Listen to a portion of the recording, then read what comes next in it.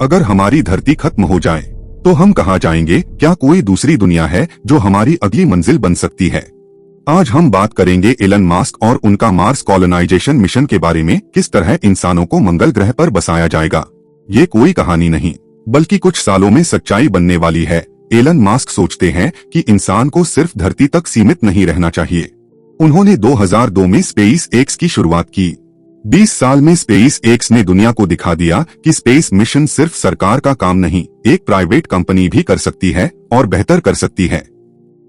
Space x ने जिन technologies को develop किया है वो साइंस फिक्शन जैसी लगती हैं, जैसे कि फैल्कन 9 पहला रॉकेट जो उड़ने के बाद वापस जमीन पर लैंड करता है। इससे कम बजट में ज्यादा और जल्दी स्पेस ट्रैवल कर सकते हैं।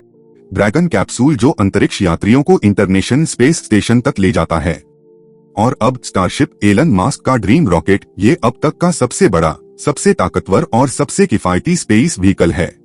स्टारशिप को खासतौर पर मार्स मिशन के लिए डिजाइन किया गया है। इसमें 100 से ज्यादा लोग बैठ सकते हैं और हजारों टन सामान ले जाया जा सकता है। मार्स यानी मंगल ग्रह पर बसना कोई आसान काम नहीं है।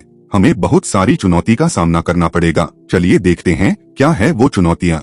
मार्स का तापमान औसतन -60 डिग्री सेल्सियस होता है। इस तापमान में जिंदा रहना इंसानों के लिए लगभग नामुमकिन है। मार्स की एटमॉस्फेयर में 95% कार्बन डाइऑक्साइड है, ऑक्सीजन लगभग ना के बराबर, जबकि जिंदा रहने के लिए हमें ऑक्सीजन चाहिए। पानी है, लेकिन बर्फ की शक्ल में। कोई मैग्नेटिक फील्ड नहीं है, यानी रेडिएशन से बचने का कोई तरीका मार्स पर नहीं है। अब सवाल ये है कि वहाँ जिंदगी कैसे चलेगी।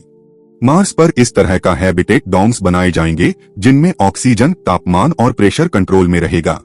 कंट्रोल्ड एनवायरनमेंट में फार्मिंग किया जाएगा और 3D प्रिंटिंग का इस्तेमाल करके मार्स की मिट्टी से घर और स्ट्रक्चर बनाए जाएंगे।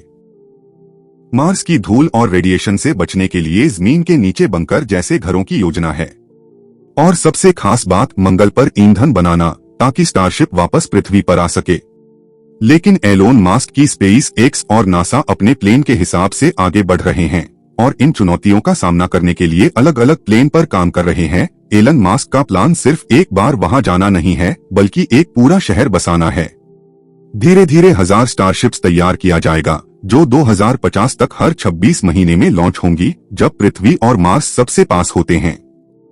सबसे पहले मार्स पर 10,000 लोगों को भेजा जाएगा, जिनमें इंजीनियर्स, डॉक्टर्स, वैज्ञानिक, बायोलॉजिस्ट होंगे, ताकि वहां एक सेल्फ सस्टेनेबल कॉलोनी बना सके। और ये कोई कल्पना नहीं, स्पेस एक्स इस पूरी योजना पर काम कर रहा है। मार्स पर जाना एक सपना है, लेकिन वो अब दूर नहीं। एलन मस्क जो कर रहे हैं वो किसी साइंस फिक्शन मूवी से कम नहीं, लेकिन ये सच है। अगर ये सपना पूरा होता है तो आने वाली पीढ़ियां इसे इतिहास कहेंगी और एलन मस्क को उस इतिहास का क्रांतिकारी। वीडियो को लाइक और शेयर करें।